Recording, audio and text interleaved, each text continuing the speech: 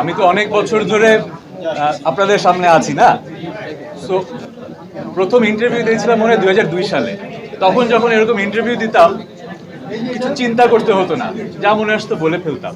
এখন একটু চিন্তা করতে হয়, কারণ কি জানেন, আমি হয়তো একটা কথা বলে ফেলছি, সেটার অনেক কনসিকুয়েন্সেস থাকে। কারণ ওটার কোনো একটা অংশ দিয়ে এমন একটা শিরোনাম হবে যেটা আসলে হয়তো আমি ওভাবে বলতে চাইনি। ঘটনাটা ওরকমই হয়েছে। হয়তো আমি বোঝাতে ভুল করেছি, অথবা যারা শিরোনাম করেছেন তারা অনাকাঙ্ক্ষিতভাবে করেছেন।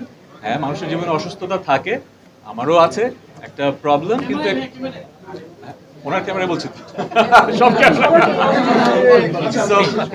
সো চিকিৎসাধীন আছি, কিন্তু আমি গান গাইতে পারি, গান গাইতে পারবো ইনশাল্লাহ, আপনারা টেনশন করবেন আপনাদের।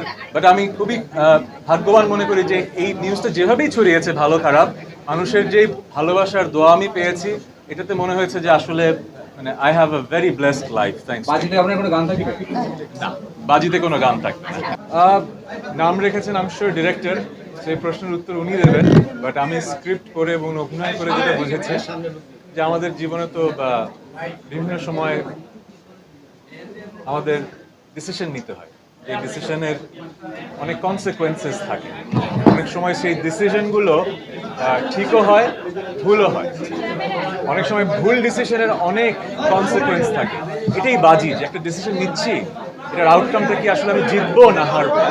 সো এই স্টোরিতে ওই ব্যাপারটাই আছে। আমি এই সিরিজটা শুট করার আগে ক্রিকেট খেলা দেখতাম একভাবে, এখন আরো বেশি শ্রদ্ধা নিয়ে ক্রিকেট খেলা দেখবো। কারণ কি, ফিল্ডে খেলা আর আসলে ঘরে বসে সমালোচনা করা অনেক ডিফারেন্ট। আর পুরো দেশের প্রত্যাশা নিয়ে খেলাটা অনেক কঠিন। তো আমিও হয়তো দর্শক হিসেবে কষ্ট পাই যখন আমাদের দেশ ভালো খেলে না, কিন্তু এখন হয়তো এই খেলতে যে আমি বুঝতে পেরেছি ব্যাপারটা অত সহজ না। সো আমি আরেকটু ক্ষমাসুন্দর দৃষ্টিতেই খেলা দেখবো এখন থেকে।